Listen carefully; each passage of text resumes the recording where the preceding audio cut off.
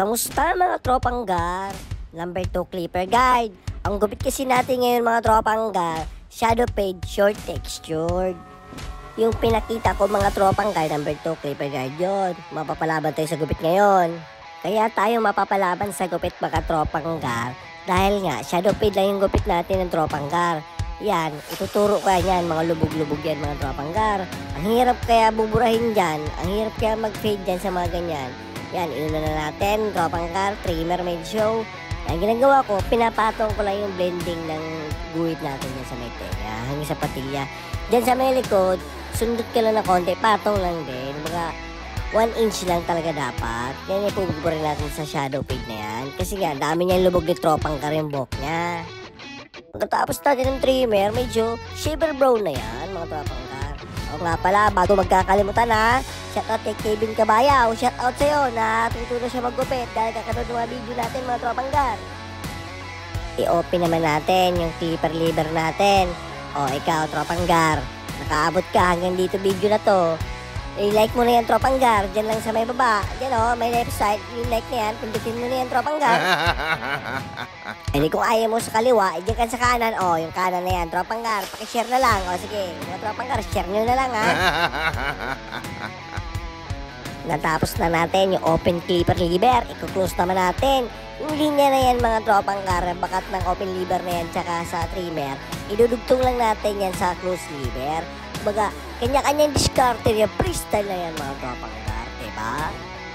Asya, 0.5 clipper guard o medya. Pag ako kasi mga tropang gar, magsha-shadow fade, ang ginagamit ko lang talagang guard, medya, tsaka number 2 clipper guard. Tsaka mo na lalaroin naman ng open lever, close lever, ganyan.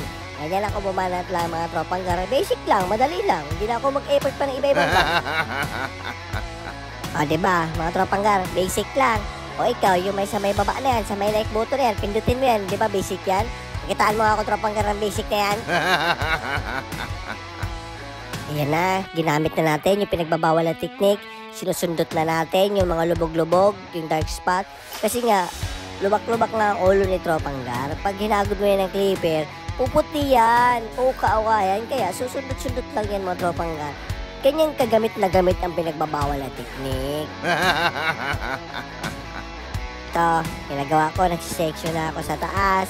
Pag ako kasi nagsisection mga tropang gar, inuuna ko man may taas. Tapos, bawat side na. Ayan. Unahin ko muna puputulin yan. Pag naputol ko na mula dito sa may puyo hanggang sa harap, sa may side naman, sa kaliwa ka ba mag-start o kaya sa kanan. Yung putol mo na yun sa may puyo, sa may gitna, yung isusundan mo sa may gilid. Baga, ikukunik mo lang siya lahat mga tropang gar. Hindi naman niya madali yan. Ikukunik mo na yan lahat. Pwede kasi dugtong yan lahat kasi nga short texture lang kasi yung gupit ni tropang gar. Hindi kasi comb over, hindi mid fade, hindi pompador. Kailangan pantayan lahat mga tropang gar. Kayo ba mga tropang gar, napindot nyo na ba yung like button na yan? Yan, para pantay-pantay na. Diba? Pindutin nyo na yan tropang gar. Pindutin mo na yan. Kanina pa ako, nanggigigil na ako si tropang gar. Pindutin mo na talaga yan. Na pinapatuyo ko na yan. Tapos off cam, tinitinin ko na rin yan mga tropang gar. Ito pala ang natapos nating gupit ngayon mga tropang gar. Short textured shadow fade sa mga nakaabot ng video na to ha. Maraming salamat sa inyo.